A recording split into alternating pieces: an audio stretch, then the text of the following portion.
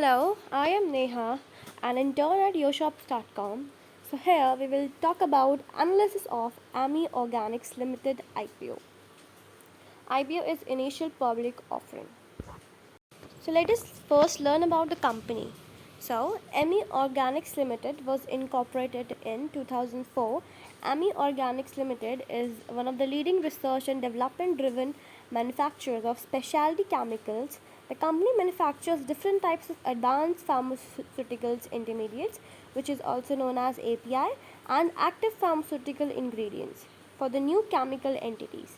So, Naresh Patel is the executive and managing director of AMI Organics Limited. The company has three manufacturing facilities in Gujarat, situated at Sachin, Ankleshwar, and Jagadia, with an aggregate installed capacity. So the company has developed over 450 pharma intermediates across 17 key areas. It supplies its product to more than 150 customers, including the international customers also, and directly in India and 25 countries overseas. The countries involve Europe, USA, China, Israel, and etc. So, what are the competitive strengths of this company? One of the leading manufacturers of certain pharma intermediates, strong and diverse product portfolio with 450 plus pharma intermediates across 17 areas, extensive geographical presence and diversified customer base, strong research and development, sales and marketing capabilities, consistent financial performance track record. So now comes the objectives or objects of the issue, like why the company is publishing its IPO.